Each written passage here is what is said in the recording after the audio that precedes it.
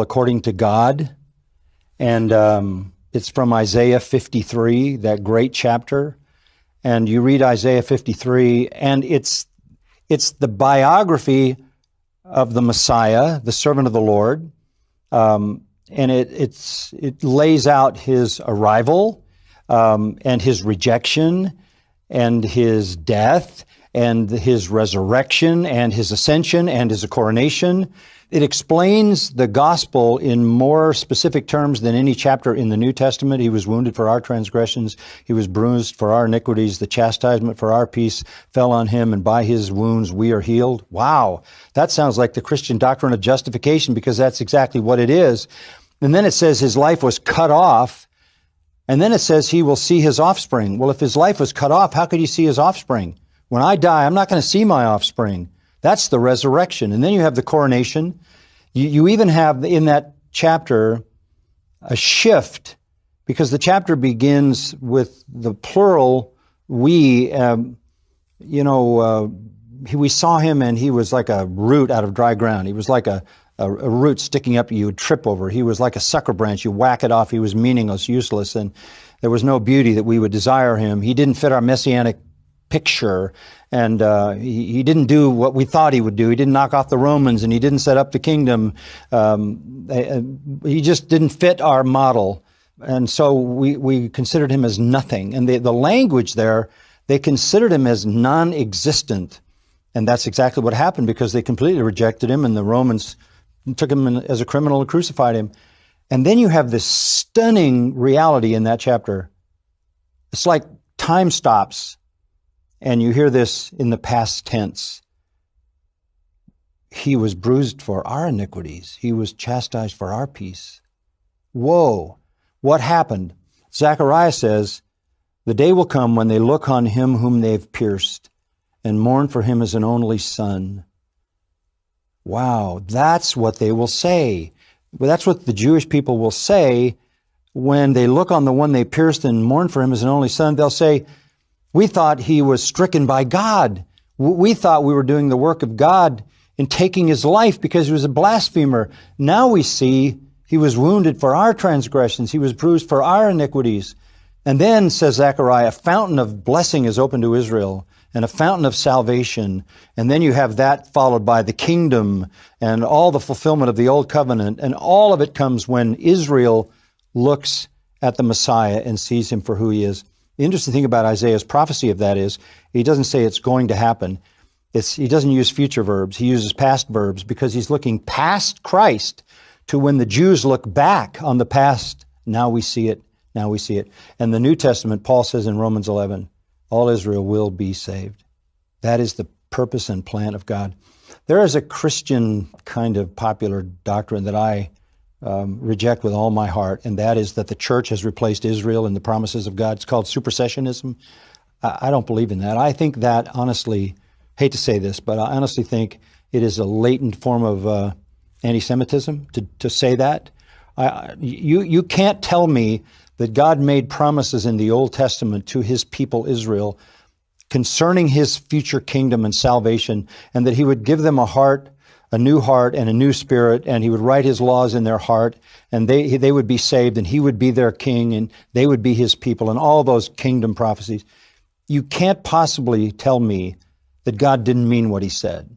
New Testament says, in the future, the Messiah will return and establish his kingdom. The kingdom he promised, really starting in Genesis 12 with Abraham, the kingdom he reiterated to David, that when the Messiah came, the greater son of David would establish his kingdom forever. The kingdom he promised to the prophets, the kingdom he promised with salvation to Jeremiah in Jeremiah 31, that he would put in Israel a new heart and a new spirit, and they would walk after his laws.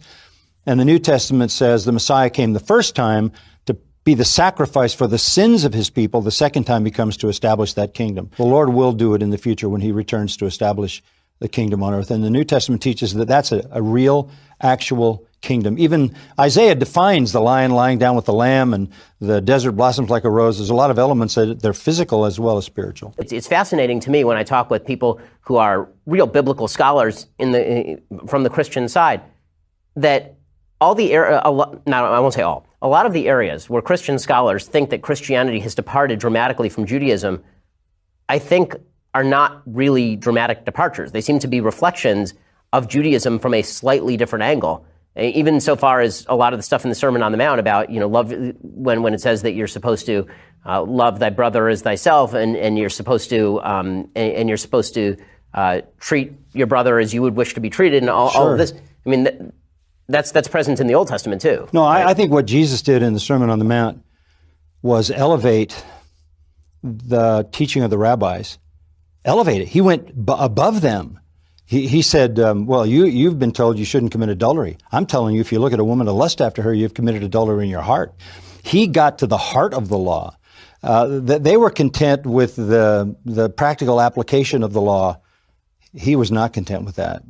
So I would say that Jesus was the purest Jew that ever lived because he understood the elevation of the law to the heart and the soul. It would be a monstrous responsibility for some committee to have invented Jesus. When you hear even the people in his time saying, never a man spoke like this man, that he is a person that doesn't seem to have been a product of human invention. And you could say, well, Jesus is a good teacher, but good teachers don't claim to be God. They don't say I and God are one. They don't say I created the universe. That's not a good teacher. That's somebody who's crazy, as a lunatic, or somebody who's trying to pull off a huge deception. So you cannot come to Jesus and just patronize him as a noble, good Jewish teacher, because he crossed a line. He crossed a severe line, and the Jews saw that. Either he's the Messiah or he is a blasphemer, and he needs to be put to death.